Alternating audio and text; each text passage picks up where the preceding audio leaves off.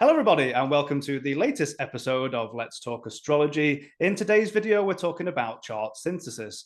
Joining us today, we have our esteemed faculty member, Ali Gully. So thank you so much for joining us today, and how are you doing? I'm doing well. Thank you so much for having me. Fantastic, fantastic. So really, today's episode, we're talking about people, students, looking at the information. Maybe they know the planets, the houses, the signs, or maybe some element of dignity and debility, but getting to a stage where they're trying to synthesize the information and piece it together and build a coherent story around natal chart interpretation. And I think that's what we're going to look at today. And you've got a wonderful presentation to share and with some of your insights, how you delineate charts. Yes, that is what we're going to be going through today. I'm going to teach you guys my 5 steps to how to do chart analysis and kind of learn how to pull that narrative a little bit more coherently. So I think what you were talking about, Cal, is exactly where I get most of my ideal students, is that they're intermediate students. They know their book knowledge, they know all of the foundations and the basics, but it's now, how do I take my book smarts and put it into practical application? How do I turn that into the client consultation room? And so what I'm going to go through today is a little bit of a two-pronged approach. And then we'll go through the stages of analysis, and I'm going to highlight, I think, 3 chart examples to kind of teach you my steps and my stages.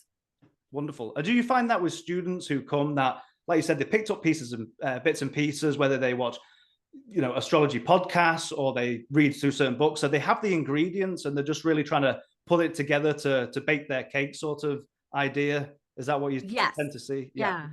I mean, so I love the fact that most of my students have either come through Kepler, so I know they have a really great solid foundation, and they really come to me very well prepared. I also have students who come to me and they've been doing a lot of independent study. And so I will take a lot of the students who have more of an EA background, a psychological background, or really have come up through. And we really start to now transition that from all of those little basic knowledge into how do I then apply it to client work. Wonderful, wonderful. Yeah. So the first thing I do want to teach everybody is to start with the client first.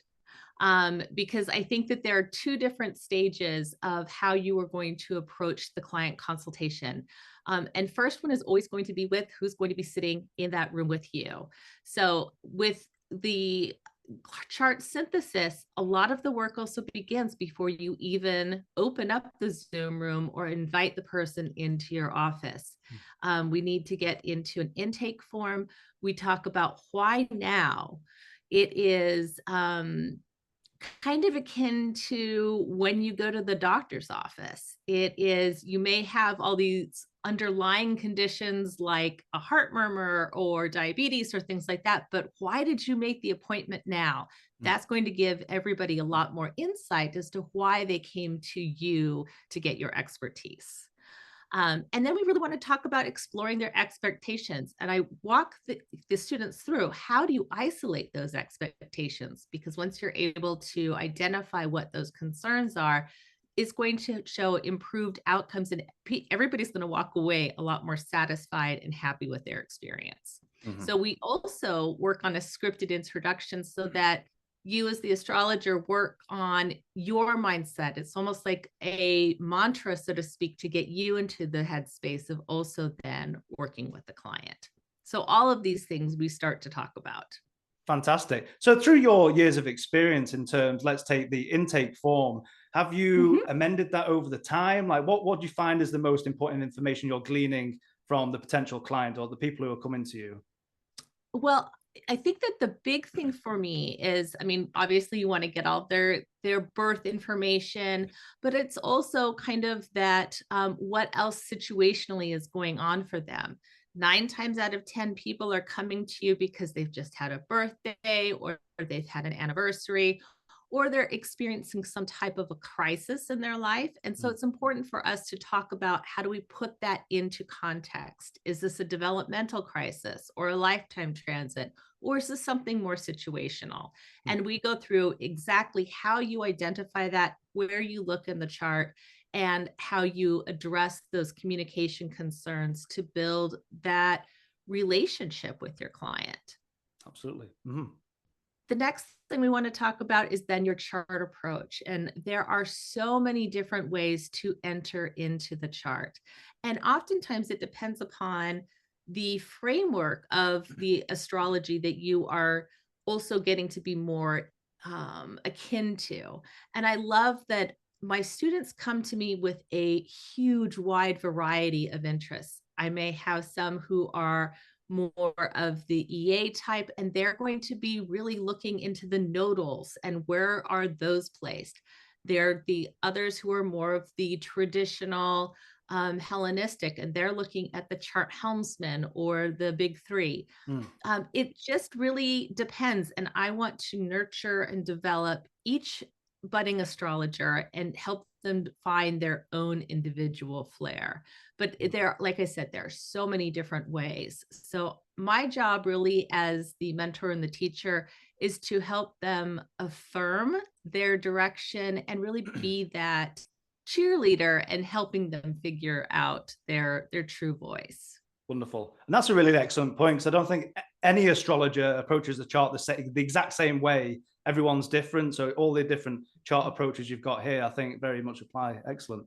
Yeah, and I think that once you're able to get your system down, then it becomes there's a lot less fear and there's a lot more confidence, Mm. so that you are able to also kind of go down the checklist. I think that one of the things that we have a big fear of is, am I going to miss something really important? And as long as we are able to develop that and internalize that process, it's going to make it become a lot easier overall. So how does that work in your own practice through the years? So do you go through this approach chronologically, or do you pull up a chart and then you go through these but in different ways, just seeing what comes out at you first? Like how do you approach that yourself? I am really glad you asked me that because I'm going to show you exactly how I do it. Perfect. Yeah, yeah. And what's different about what I'm doing today is that I'm going through famous people's examples, but in when we go through 104, it's really important that we talk about real life examples. And Mm, so um, each of the students are going to have experiences that are going to build. They're going to have chart labs where they're going to be analyzing charts of people that they know, of families and friends. We're going to go through even the ethics of how you even get consent to talk about getting permission to work through somebody else's chart for mm, educational purposes. right. I really want to instill that as well. And then we move into peer consultations where they'll get to read their associates and their colleagues' charts. And then their final capstone is they will also get a experience to read a client they've never met before. And so they'll Wonderful. get to experience all the differences in relating and the differences in applying their own internal system to all Wonderful. these different levels of knowing their clients. I love all those different practical aspects you bring in and the different ways of doing it, but actually testing and going out and doing a chart that maybe not seen before. So I think that's a great approach. Wonderful. Yeah, thank you. Yeah, I this is such a great class. It is so fun to watch. So the way that this is my system that I have developed over the course of many years now of how I do my chart analysis and how I start out is the first thing I look at is their sun, moon, and ascendant. I always look at their big three. I will also look at their lunar phase, and the lunar phase gives me an indication of kind of their overall theme, but it also gives me an indication of to what their preferred pacing and style is so that Mm, I know how to best match my client as well and meet them in the room where they are. wonderful. The themes of life, I'm going to be looking at the emphasis of the houses by occupancy, potentially if there's a stellium. My third step is I'm looking at planets and if they're in domicile or if they are debilitated, like do they have the resources to do what their job is, or Mm, do they need to think about things more creatively? yeah.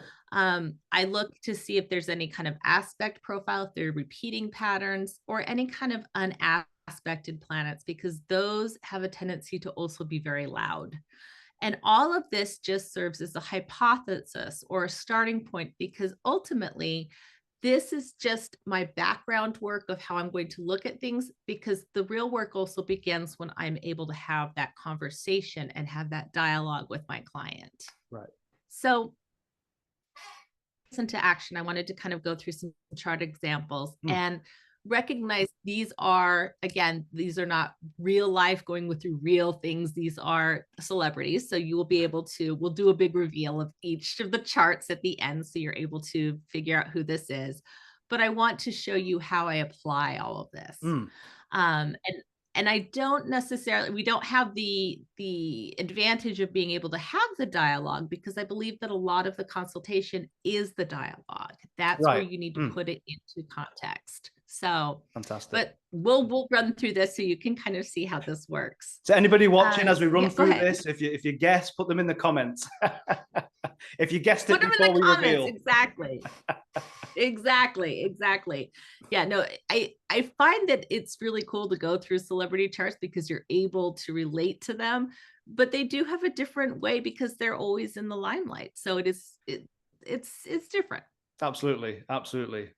This first chart, the sun, moon, and ascendant, we are already seeing that there is a large mutable focus. This person has a sun in Virgo, Sagittarius moon, and Gemini as the rising sign. Their themes is they are a first quarter moon. So they are already kind of doing that change, that action. And that is interesting in the fact that it starts to mirror that mutability, that I'm going to constantly be moving. So we already have some very big themes of quick and agile. A lot of planets on the angular houses, and those are going to be loud. Any planet that is especially in the first house, holy cow, can you hear that loud and clear? So here we've got this one mutable theme, but the angle. So how many have we got here? We've got the Jupiter, the Sun, Uranus, Pluto, Moon, and Saturn. So wow, yeah. Loud and mutable. Yeah, I mean, talk about adaptable, talk about changeable. It's also, I mean, if you're into more of the, this is more of like a bucket place where it really is pointing towards that Saturn right at the top there, which is an interesting placement as well. Absolutely. Yeah. So and for those who don't know, in terms of chart patterns, what is a bucket? What does that denote? The bucket is where you have the majority of the planets in 180 degrees, and it can be on any of the quadrants. And then the bucket is usually that handle that is kind of poking out. So you have that Saturn that is kind of acting as the handle, so to speak. So the chart helmsman, for those of you who are more of the traditional, the chart helmsman is the planet that's kind of in charge of the whole life of that individual. And for Gemini, that means that Mercury, which is the ruler, Mercury in Leo, is going to be the chart helmsman. So this individual, again, we now have an echoing of just so much communication all the time. And that this person also has a Virgo stellium in the 4th house. However, I do want to point out, for those of you who are a little bit more of a Hellenistic bent, that sun is besieged when you talk about just the traditional placements. The sun is, the last contact was that Mars, and it's approaching Saturn. And that's a really hard placement for a sun to be in. That is like having your ego sandwiched between somebody who is constantly telling you you're not good enough, and another one who's just yelling in your ear all the time. That's pretty hard. And that's quite interesting, because you've got that partile Saturn-Uranus opposition, that sun applying to there. So that erratic behavior as well. That's really quite interesting in here. Yeah, that ego is very much so involved and invested in, how do I make myself different? And that's going to be a big struggle for this individual throughout their life. but also wanting to be a part of and maybe having very strong ties to family as well, given that the sun is in the fourth house. There's a big part of the identity right there. Absolutely. I'm trying to work this out in my head as well. So you've got the chart rule and mutual reception with the Mercury sun. Yes. So I'm like, who is this? Anyway, I'm just guessing. I'm working it through my mind. I'm glad you're the wheels are turning. The wheels are turning, so it's going through. I love it. I love it. When we start looking at some of the dignities that are involved, you have Venus and Mars, who are both dignified by their own sign, but also in the place where they have their house joys. So that Venus in the fifth house is very much so untethered. It's not really an aspect to any other planets really closely. I mean, the closest would be the moon, but that's wide, and Right. and Mercury, which that's there, but it is definitely wild card, so to speak. And when you are in Libra, it is about in the fifth house, it is about pleasure seeking, it is love affairs, it is finding the beautiful. And then you also have Mars that is in his joy in the sixth house, where, able to do the work, able to go a little bit deeper. And Mercury is also in his own terms. And so regardless of being in a sign where he doesn't necessarily have a lot of strength, by being in his own terms, it's kind of like being able to really conduct business the way that he wants to do it. So really being able to give an authentic voice, a creative voice, a very loud fire voice to this. And in the third house, it's all about the communication. They also have a mutable cross with all those planets being in mutable signs. And there's the Mercury trining the moon in fire and sextiling Jupiter. Mercury, Dr. Laura Tad did an effective article about kind of the hidden shadow side of trines. And when you have a big trine going on in the fire signs, one of the things is that they are able to be really authentic, but almost to the point where they become rigid, which is an interesting concept. So it's almost like this individual is very dynamic and boisterous about being untethered, to the point where they seem almost very rigid. So do you have any guesses as to who this might be just from this? No idea. No. It'll all make sense when I start to. And this is why the conversation also becomes such an important part. I think that's why I think the mystery. Oh, there. Now it makes sense. Yeah.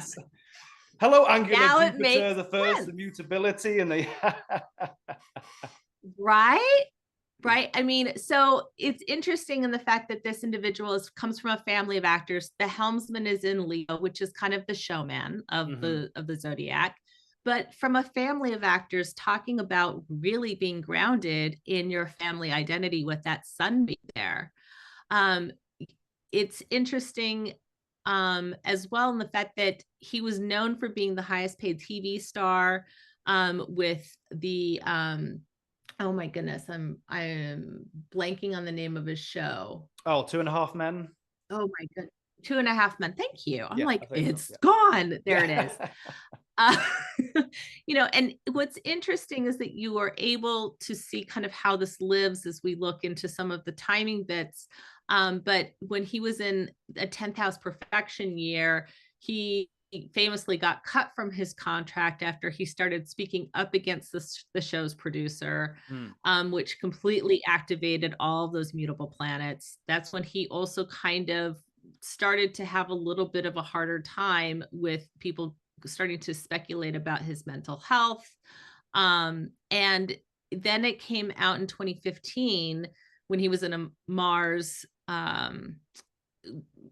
kind of started getting pinged that he was HIV positive. And actually that led to what was called the Charlie Sheen effect, where people, after he came out and said that he was HIV positive, people started actually Googling, how do I get tested? And it actually became a really positive thing for public health. So Mm. he became an activist on some level, even with that, which was, again, activating all of that Mars and Mercury stuff. Interesting. I never knew any of that. Wow. Yeah. Interesting. Yeah. Yeah. Yeah. He's a very fascinating individual, and he's just coming into his second Saturn return now with that Saturn in Pisces. So he's going to be one That's, to watch, especially in the like 2.5 years. that's Yeah. really interesting. I like when you go back to, again, to the angularity of those planets, just how loud they are. And I'm like, okay, Charlie Sheen, okay, that makes sense. Yeah. Yeah. I mean, talk about, he's still tied to his family. He's still very much so Mm. there, and he's become such a man of his craft. But again, he became very rigid with his own individuality. Yeah. Yeah. So Great yeah, example. he's fascinating, and it's going to be interesting to see how things kind of unfold for him as well. I think these mystery charts are fantastic because if you're working with people or working with students, that they're looking at the raw astrology rather than maybe any preconceived ideas if they know who the person is. So I think it's a very effective way and a very effective teaching tool. Yeah, I think that it is one of the cooler things that we can do. And I think that's why the celebrity charts are really fantastic, because we all do kind of have a familiar sense of what their story is. Yeah. What the benefit is of doing clients that we don't know, or friends or family, is that it's not as public. So we then need to like dig a little bit deeper, but this is fantastic for learning. It is an incredible tool. Absolutely. Absolutely. So, Wonderful. yeah. Wonderful. Yeah. So we'll go into our second chart example. And again, I'm going to apply my same process that I did to the first one, which is I'm going to look at the sun, the moon, and the ascendant. And as you can tell, this person has a huge amount of energy into their Pisces, Pisces sun, Pisces moon. So we know that this person's probably a little bit more quiet, just having some of that emphasis being in more of the traditional nocturnal or feminine signs. Mm-hmm. And that also gets echoed by the fact that they are a balsamic moon and that they are cadent dominant. So somebody who is cadent dominant instead of angular dominant, it's not going to be as loud. It's going to be more about how I relate with somebody else. It's going to be looking for partnership. And so you, as the consulting astrologer, would probably take a softer approach with this individual when you come into the client consultation room. With them being a Taurus rising, their chart helmsman is Venus. And that Venus in Pisces is in dignity. Oh my And a gosh. beautiful time, beautifully romantic time. Right? I mean, a soft individual. This is the person who is probably very artistic, somebody who is very into accepting people for who they are and where they are. They are probably very reflective. And with that Pisces stellium, you need to go back to those keywords of Pisces. Pisces in the 11th house is about the collective creativity. It is about really accepting people for where they are. It is about, it's just a much softer Jupiter dominated place of just acceptance. And so that Venus, like I mentioned, is in such dignity. It's dignified by term, it's dignified by triplicity, and it's dignified just by sign. So, I mean, beautiful, very happy Venus. This would be even stronger if it were a night chart, but it's a day chart. But it's still, I mean, it is just gorgeous. That's wonderful, and I think Venus is helping out that Mercury too. So yes, conjunctions. That's really nice. Yeah, which needs it. It does need it. That Mercury is having a very hard time Mm. parsing out what is it's going to talk more about what is the flowery language. It's going to be more abstract. It's not going to get down to the what Mercury likes to do is be very fast and be able to categorize Mhm. and be able to discern. And in Mercury in Pisces, that's a little tricky. It's hard to find, it's hard to sort when you're in a fog.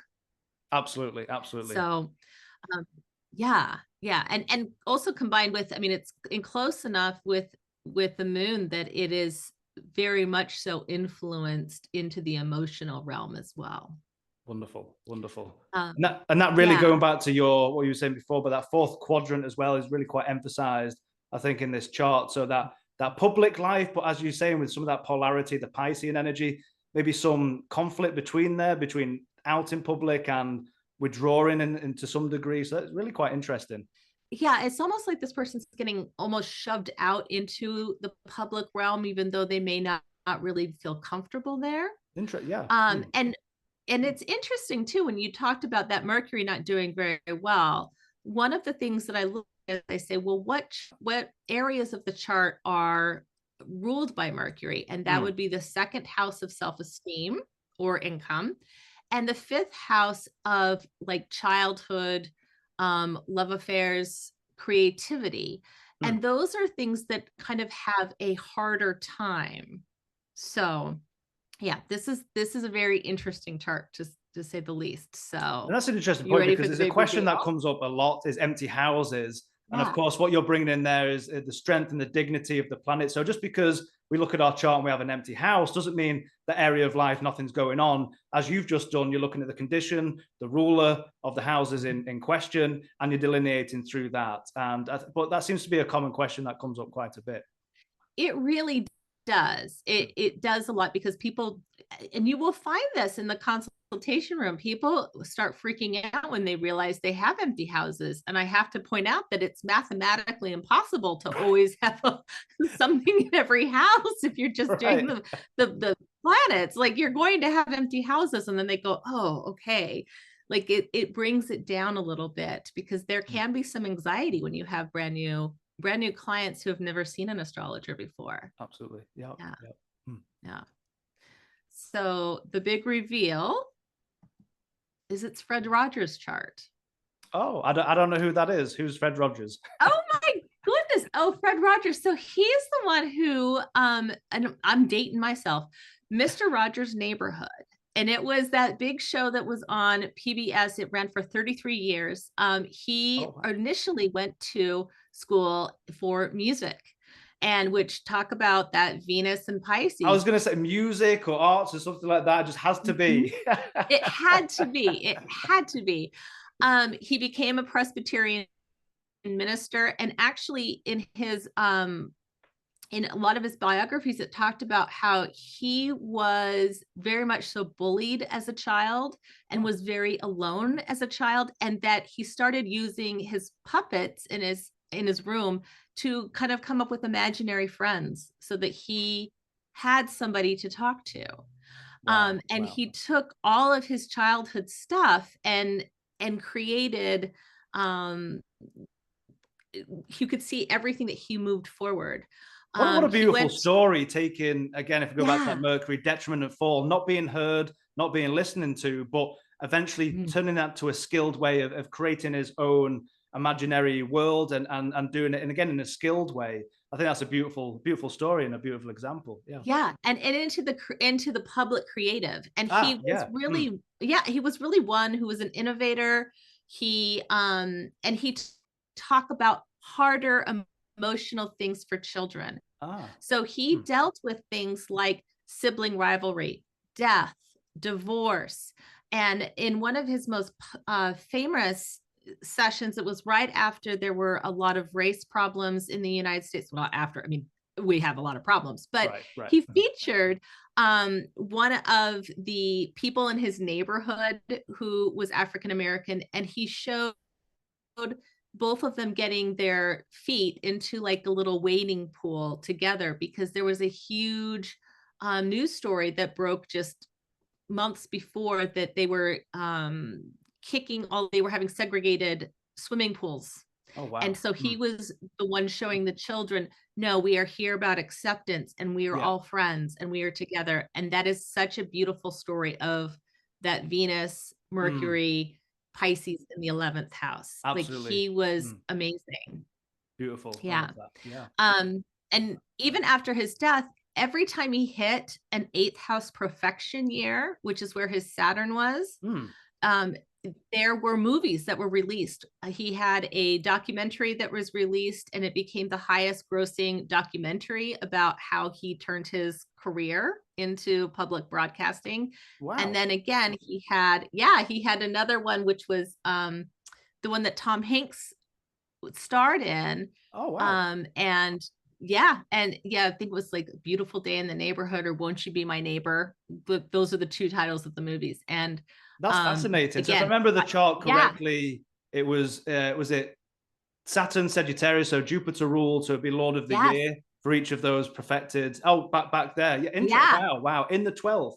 Interesting. yeah. And so it's very interesting to see how his chart really lives and takes on.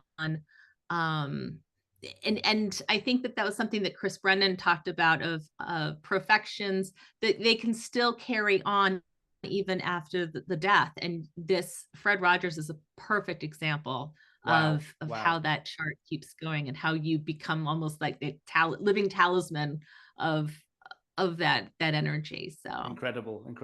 And I yeah. find perfection so powerful. Last year I got out of a 12th house perfected year, and I'm finally in a 1st house perfected year, and I was like, yes, thank God, I'm get out of the 12. I'm done with that. I made it. I made it, exactly. I made it. Those are rough, man. They're rough. They can be really rough. So Absolutely. yeah. So Absolutely, it's and I mean, it's I love, like I said, perfections help us figure out the timing of things so that we can see what themes are going to start to resonate out. But we always want to start with the natal chart because everything has to stem from that. Absolutely. Wonderful. Yeah. So the last chart I have to kind of walk through this is another fixed chart. But this is, we'll go through the exact same steps of the sun, the moon, and the ascendant. And here we have a Taurus sun, we have an Aries moon, and we have a Leo rising. And the themes for this chart is that it's very fire dominant. Like there is a big need for this individual to feel significant. That's the number one need for fire signs. However, it's really contrasted with that balsamic moon. And that is a place of reflection.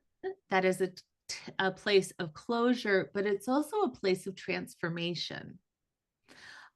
So there are these themes that are starting to echo a little bit differently, but this is a very different chart example in the fact that you aren't seeing those immediately echoed. You have to dig a little bit deeper. Absolutely. Yeah.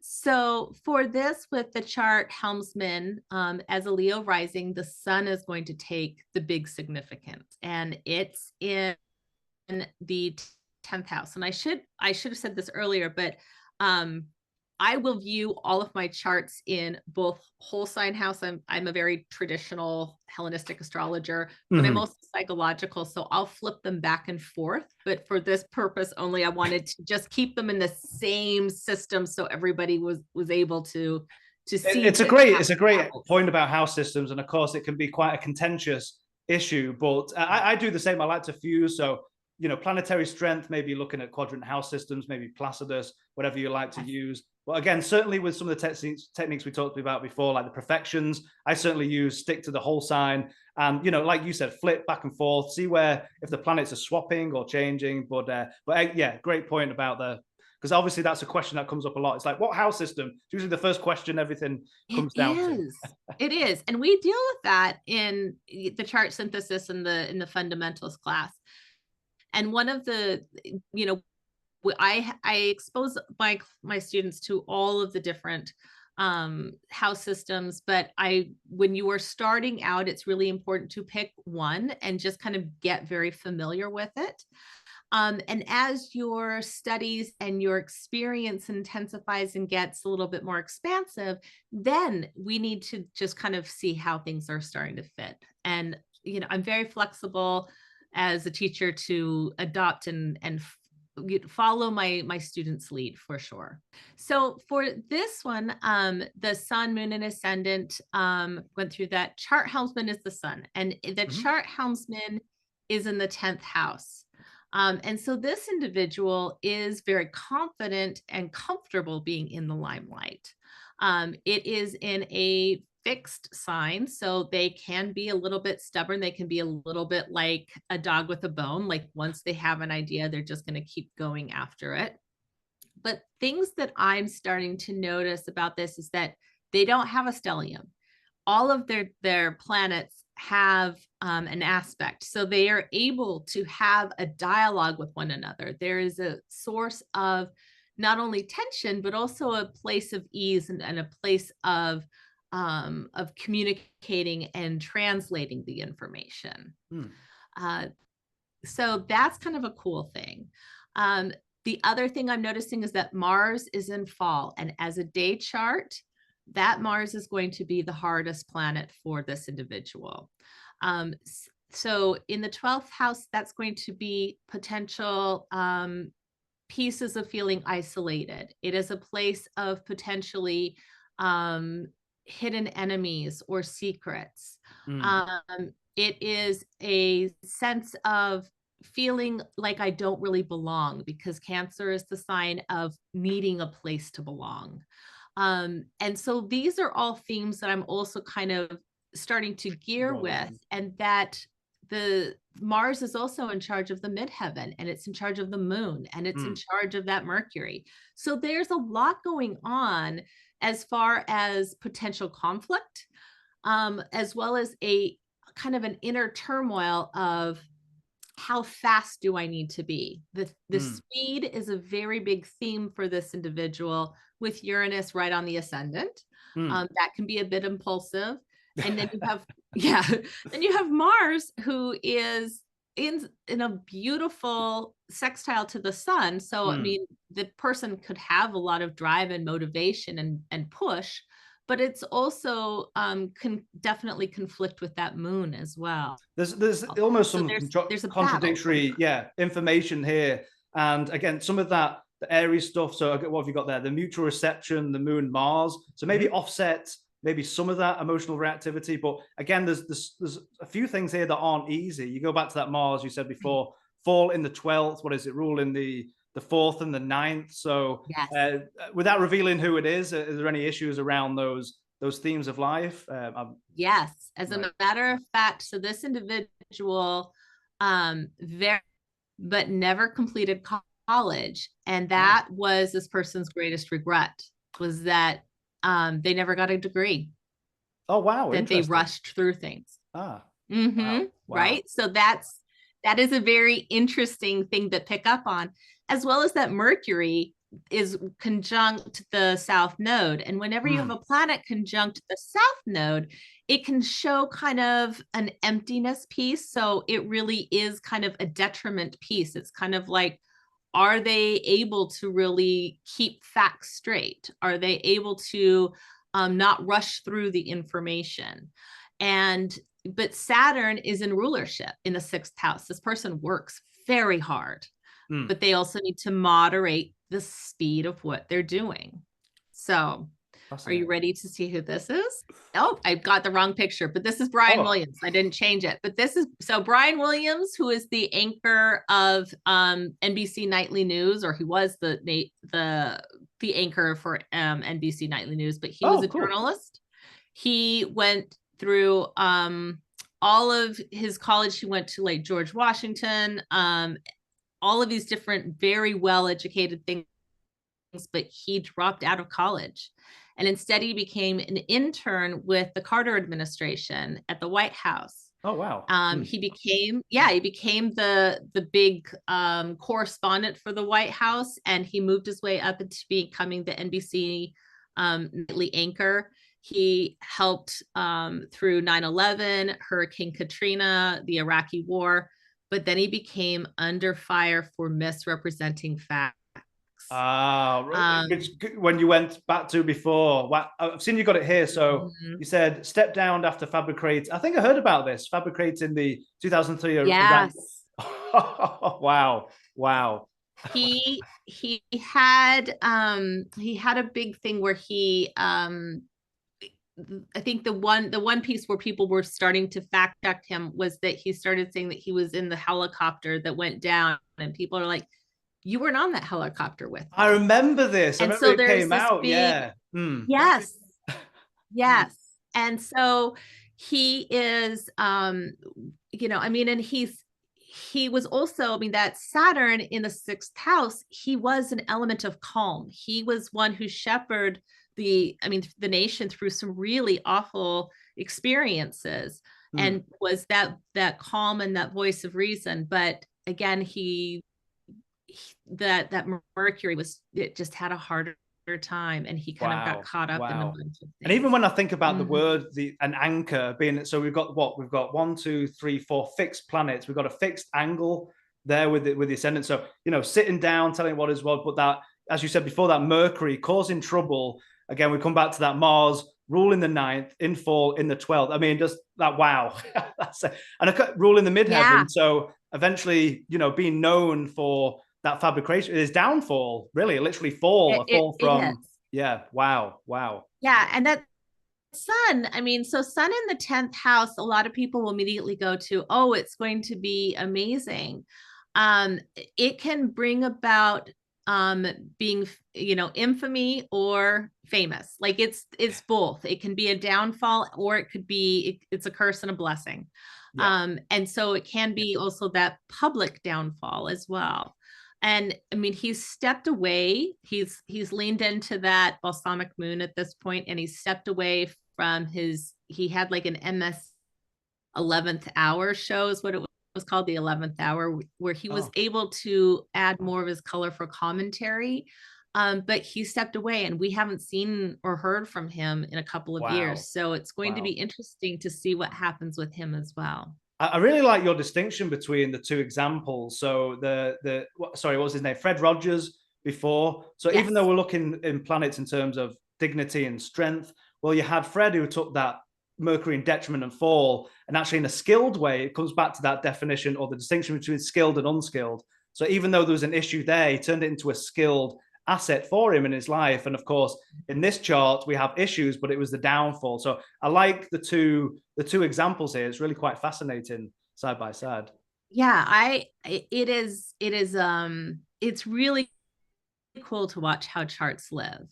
And, you know, to see how this kind of plays out, especially in the public arena. It's even more interesting when you're able to sit down with, you know, your everyday client and be able to go through and figure out what parts are living for them too. So yeah. What's functioning, what isn't, and how it can be two sides of the same coin. Wonderful. Yeah. Fantastic examples. Thank you. So I think this is all the stuff that you're going to get if you were to do this kind of coursework at Kepler with me. And like I said, I love my intermediate students, and my whole goal as a mentor and as a teacher is really to kind of be your confidence builder and to help increase your confidence and your competency in being able to work with clients. And that just comes through experience. And so it's gaining those experiences by working with the charts of your family and your friends, your peers, and then with strangers.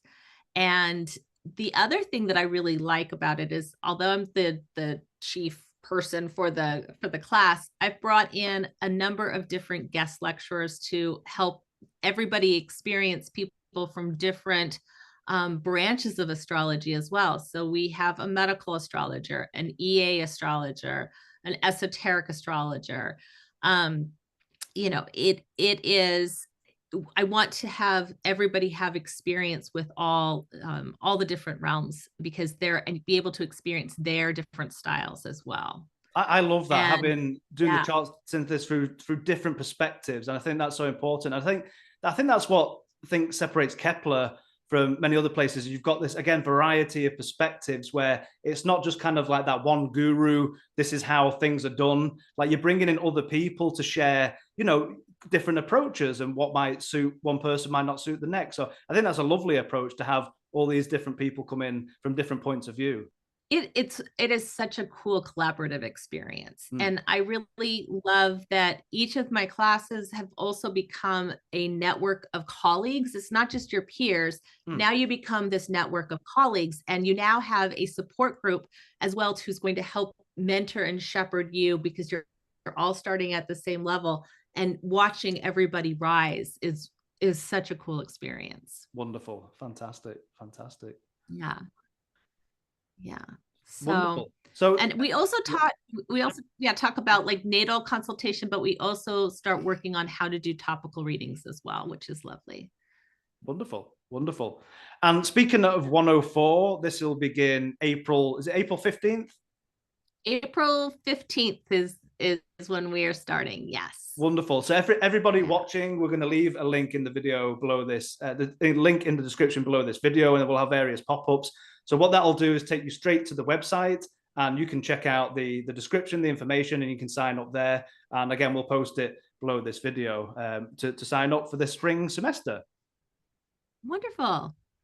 Well, Cal, thank you so much for having me. I really enjoyed it. I hope this was a cool experience for everybody, and they get a bit about how to approach a chart. And yeah, Thank you so much. I I would love the love to have mystery anybody in charts, my just class. to look, and again, not to have any preconceived ideas, but what a fantastic approach, and the way you put this together. And again, that collaborative spirit that you have in the class for 104 is absolutely fantastic. So lastly today, where outside of Kepler, where can people find you? Where's the best place to see what you do as well?